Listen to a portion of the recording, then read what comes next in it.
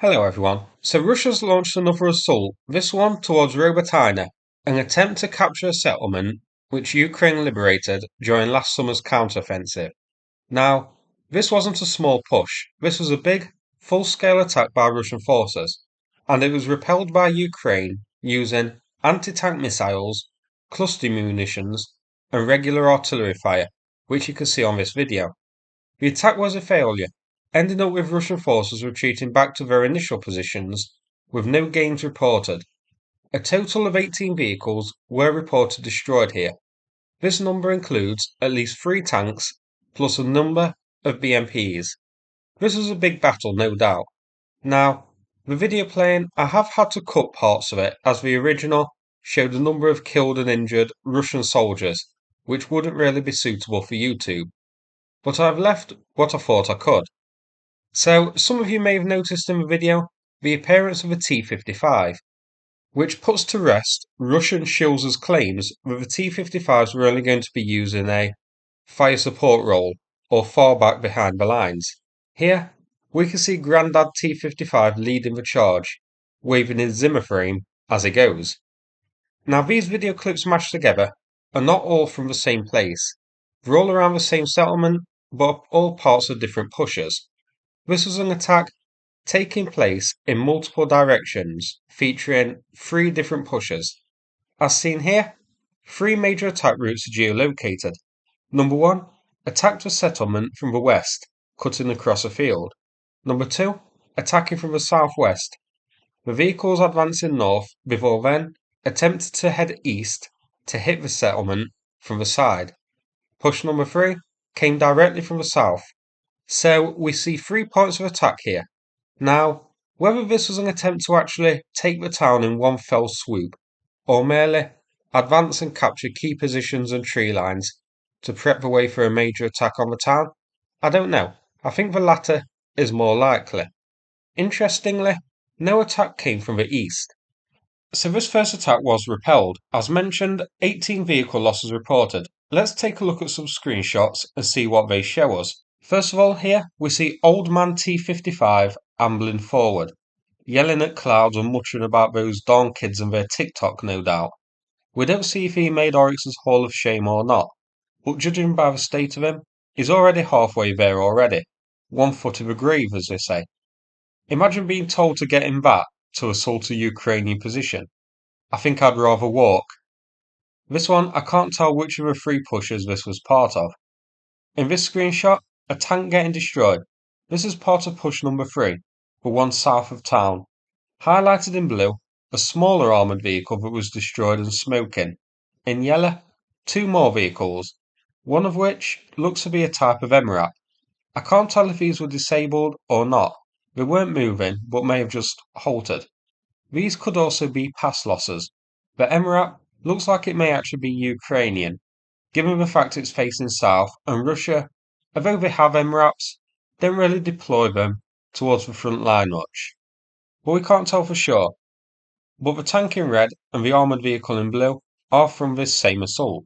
Here, a tank a second before he gets a missile right on the kisser. This one, I can't tell which advance this is part of. Push number 2 is seen here when it was advancing towards the east of the town. There's a lot going on in this clip. First, in red, and partially hidden by drone icons, there's a vehicle burning.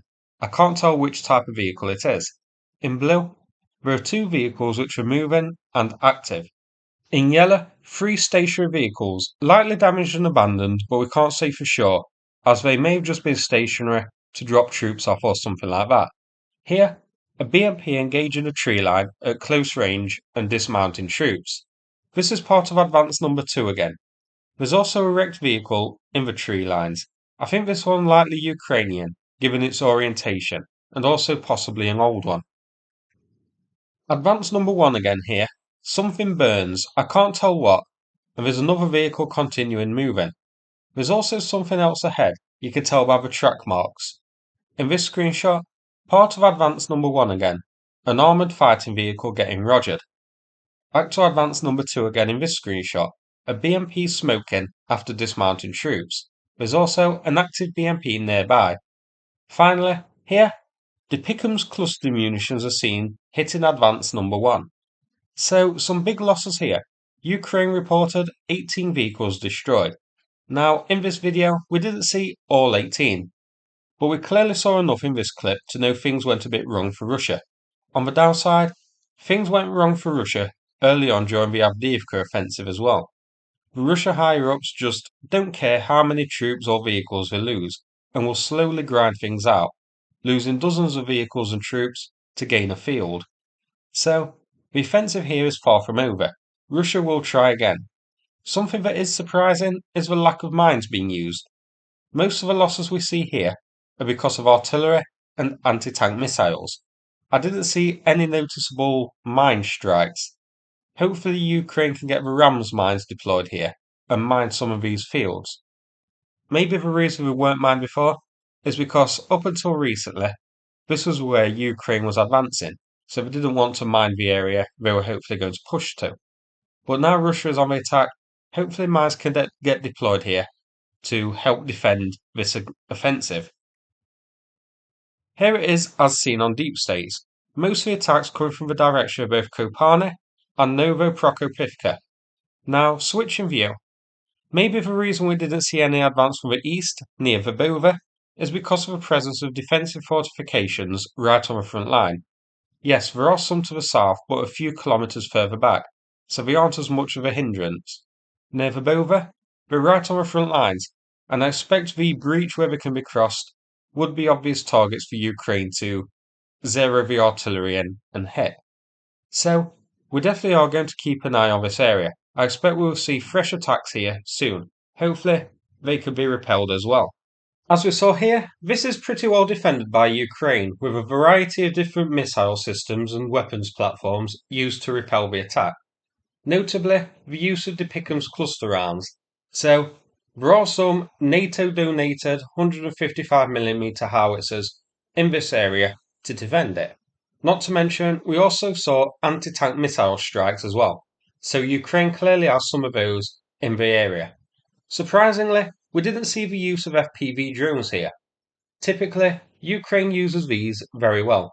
Now, I wouldn't read too much into that, as it could just be they decided not to use these yet and they're keeping the stockpile of drones in reserve to either hit the vehicles again once they're already disabled and abandoned by artillery, and we didn't see that happen on this clip, or saving them for a future offensive. But I was a little bit surprised to not see the drones in use, as they are Ukraine's main platform and they use them very well. Before we finish, here it is zoomed out so you can see it's on the southern front in Zaporizhia. So that's it for this video. I hope you found it interesting. Now, before I finish, I'm going to play a video from the Ukraine Volunteer Centre. This showing the handover of equipment as part of the ongoing fundraiser for them. If you want to help out and donate, the donation links are in the description, as the fundraiser is still ongoing and we need all the help we can get. Thanks very much for watching the video and take care everybody.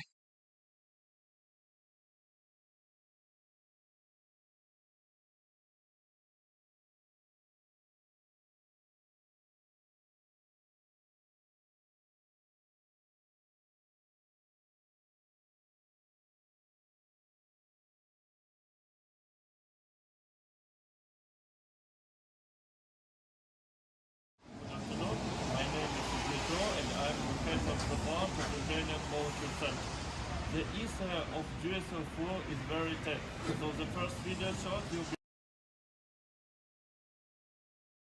day fuel will be delivered to the third separate battery. We have also more disposable tableware as it's really important thing in the war condition.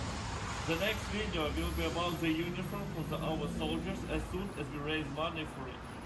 Currently, the biggest donation in fundraising is $1,000. We are grateful for you, quick support. All receipts for fuel and tableware are in the description of this video. And I am thankful that the fundraising is still on, and we have to collect $20,000 until the end of the fundraising. With love from Ukraine.